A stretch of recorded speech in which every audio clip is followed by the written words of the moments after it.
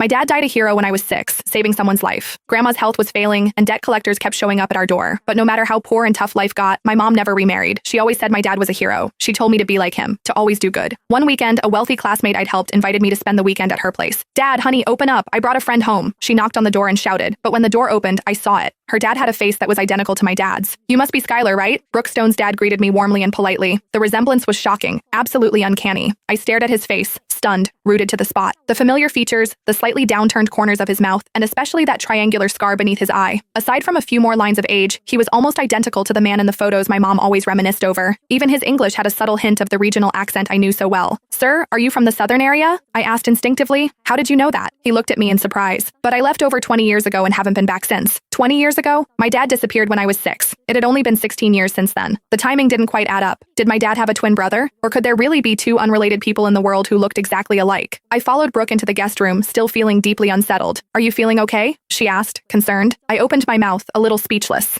It felt wrong to just blurt out that her dad looked exactly like mine. I glanced around the room. On the desk was an old family photo of their family. The date on it was 20 years ago. I would have been 2 years old then. Brooke in the photo must have been just a baby. Besides that, there were their names. Arthur Stone was probably her dad. My dad's name was Arthur Grant. Only the first name was similar. "I'm fine. I just think your parents are both so good looking." "How did they meet?" I carefully chose my words. "My mom said that about 20 years ago, she was on a business trip and got robbed. My dad chased them away." Brooke seemed happy to tell her parents' love story, quite excited. "They fell in love at first sight. After my mom's work was done, my dad followed her to New York City, Riverwood." I caught the keyword. I barely heard anything else after that. That was my hometown. If this was a coincidence, it was too much of one. "Do you know where your dad is from?" I eagerly interrupted her story. "I don't know that. I heard my grandparents passed away a long time ago, which is why my dad had nothing holding him back from leaving the southern area, and he never went back. My grandma passed away when I was 18. Could he really have no connection to my father?" My mind was a jumbled mess of thoughts. It was almost dinner time, so I decided to try a subtle test. At the dinner table, I casually brought up the story of my dad dying a hero saving someone. Hearing that, he snapped his head up, his mouth twitching slightly. That expression, it was so much like my dad. Maybe Arthur Stone was the supposedly deceased Arthur Grant. Learning my dad wasn't dead, my first reaction wasn't joy.